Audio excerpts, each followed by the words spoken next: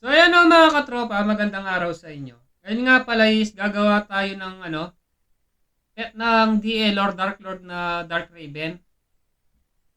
Ito nga pala yung mga kailangan nating materials. Ito.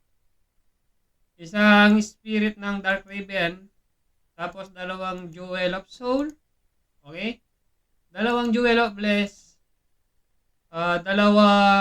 isang Chaos, tapos isang Creation. Tapos bago nga pala yun is tuturuan ko kayo.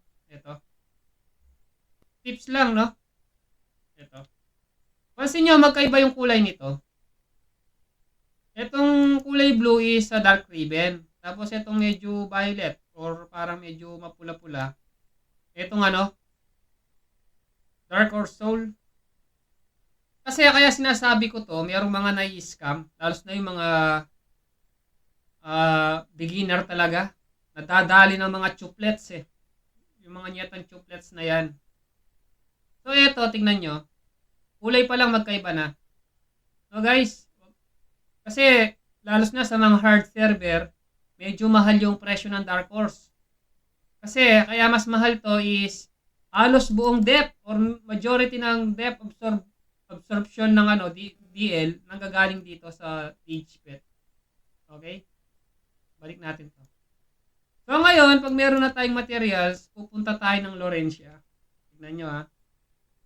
Laurentia. Then, punta tayo dito. Sa may ito. Bandang left side ng gate. Makikita nyo itong trainer na to.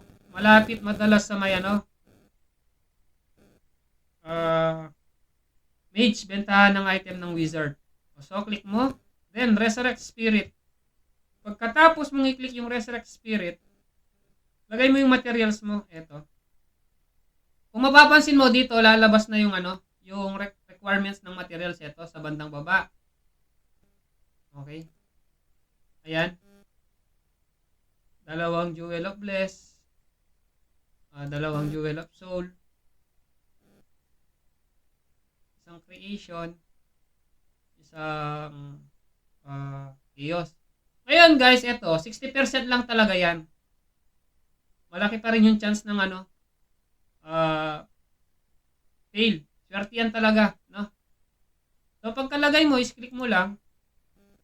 Boom, ayun, no, di ba? Meron na. Ito siya. Kaya lang, pag nagkaroon ka ng Dark Raven, kailangan mong i-sacrifice to, itong shield. Yun lang, salamat. Sana nakatulong. Tapos na sa mga baguhan.